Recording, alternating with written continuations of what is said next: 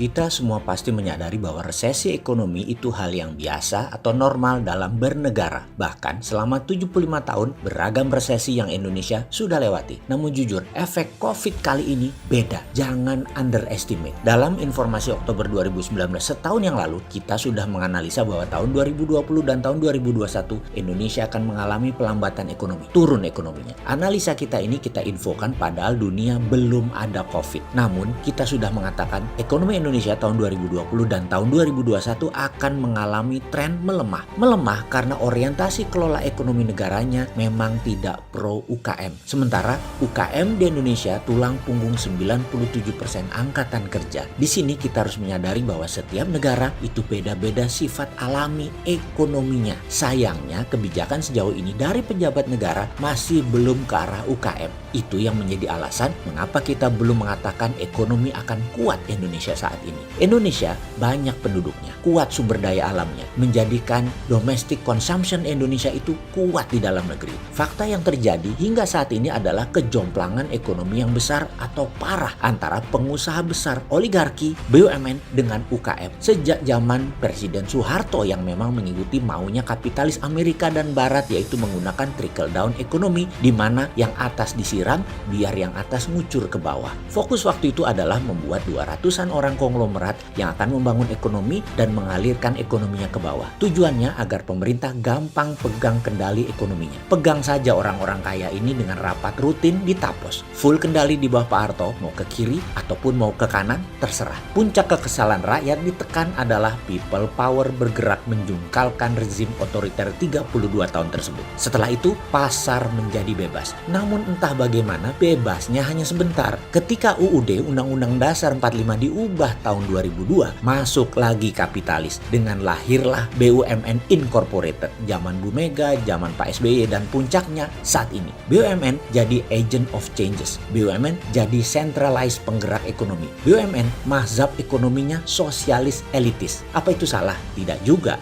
Tapi ini meninggalkan UKM. Dan meninggalkan UKM itulah yang salah. Lalu apa yang terjadi? Konglomerasi yang sudah 45 tahunan berdiri sejak zaman Pak Harto merangsek masuk lagi, pegang kendali lagi. Mulai mepet ke siapapun pejabat negara. Mereka, oligarki ini, pegang pasar kanan kapitalis elitis. Di sisi seberang atas, sosialis elitis dipegang BUMN sejak 20 tahun ini. BUMN pegang pasar kiri. Sempurna sudah. Sekarang diberi kekuatan tambahan lagi dengan 2 undang-undang yang maha dahsyat pengaruhnya untuk para BUMN elitis dan kapitalis elitis. Para oligarki dengan undang-undang Minerba. Kemarin yang kewenangan pusat menjadi sangat kuat. Juga Omnibus Law yang menguatkan kekuatan elitis. Wah, ini kekuatan impian banget bagi siapapun penguasa, pejabat, dan oligarki. Karena itu di hati kecil banyak yang bertanya, bener nih buat rakyat? Bener nih buat meningkatkan kesejahteraan rakyat? Karena itu saya dari kemarin ragu, sangat ragu bahwa semua ini bisa meningkatkan kesejahteraan rakyat. Mau bukti? Bagaimana kalau kita cek kuartal 3 pasti resesi tahun ini, pasti minus. Lalu kuartal 4 akhir tahun kita tebak-tebakan aja. Apa yang terjadi kalau minus juga? Atau kita tambahin sampai Q1 atau kuartal 1 tahun 2021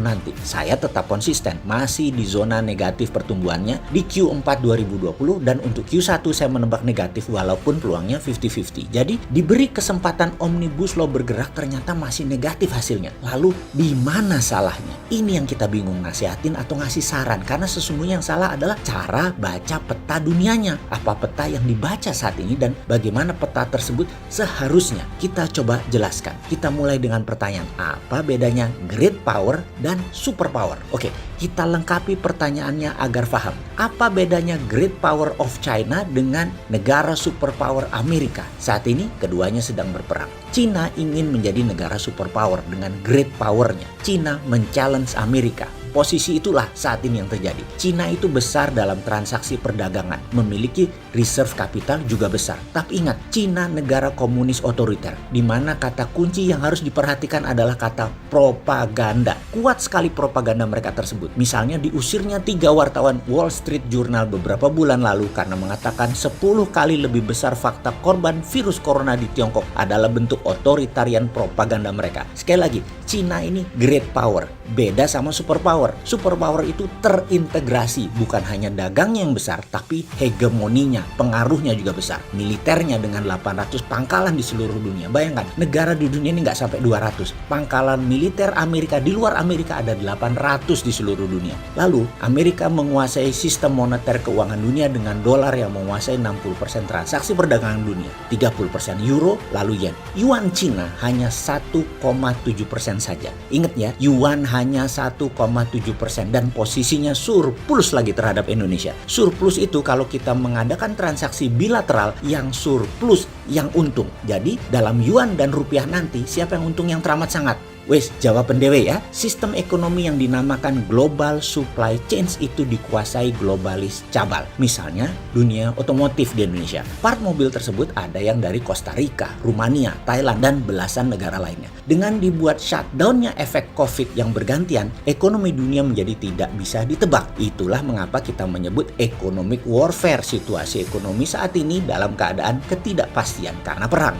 Karena pertumbuhan di Cina, supply demand sedang diserang oleh Amerika, maka strategi supaya Cina tetap survive bagaimana? Cina punya reserve currency dolar mulai menipis. Karena itu Tiongkok akan pakai proxy agar dapat dolar dan yuannya yang oversupply terpakai. Misalnya Tiongkok ke Indonesia, invest FDI, Foreign Direct Investment. Dan ingat, FDI asing itu di otak mereka adalah bagaimana mendapatkan dolar. Produknya kalau bisa ya untuk ekspor, keluar dari negara produsen untuk ekspor untuk dapat dolar. Tapi Tiongkok pintar, yang dari Indonesia dibeli dulu pakai yuan atau deliverynya produk ke mancanegara tadi, Tiongkok akan menerima dolar. Tetap saja Tiongkok perlu dolar. Sekedar mengingat, kerja sama jual belinya pakai yuan, tapi produknya yang nanti dibeli Cina pakai yuan adalah barang yang Tiongkok akan jual lagi untuk menghasilkan dolar. Apakah Amerika diam saja? Ya enggak lah. Yang Amerika lakukan agar investasi direct Tiongkok tadi tidak menghasilkan dolar bagaimana? Negara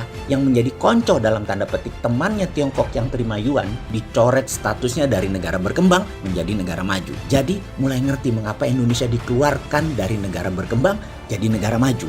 Kalau negara berkembang ekspor ke Amerika, pajaknya murah. Katakan 5% pajak masuknya ke Amerika. Kalau negara maju, pajaknya 20%. Kita Indonesia yang jadi serba salah sekarang. Sok genit dengan Cina ternyata nggak dapat banyak manfaat. Buktinya sudah 6 tahun diperes-peres susunya seperti sapi, tapi nggak dikawin-kawin. Dengan Amerika, sok genit-genitan mau ajak balikan. Tapi sekarang Amerika lihat Indonesia nggak seksi lagi, barang bekas Tiongkok. Indonesia kayak mantan minta balikan karena pas diputusin kok nambah keren ya mantannya. Indonesia bingung jadinya, diharap dikawin Tiongkok ternyata diperes-peres doang. Kegeeran Indonesianya, merasa seksi, punya sumber daya alam bagus. Bener, sumber daya alamnya bagus. Yang nggak bagus genitnya dan ganjennya. Amerika sudah pacaran dengan Thailand, Vietnam, Kamboja, Laos, Myanmar, dan India. Jadi apa solusi ke depan wahai pejabat? Ekonomi kita ini tekor terus, bisa-bisa membawa kemiskinan. Kata sahabat Rasulullah, kemiskinan itu dekat dengan kekufuran. Ayo, mana solusinya? Pokoknya jangan si bosman yang sontoloyo ini ditanya. Takut dikira ngeledek. Saya mah pedagang kecil pak, pengen sehat dan damai, NKRI-nya itu aja.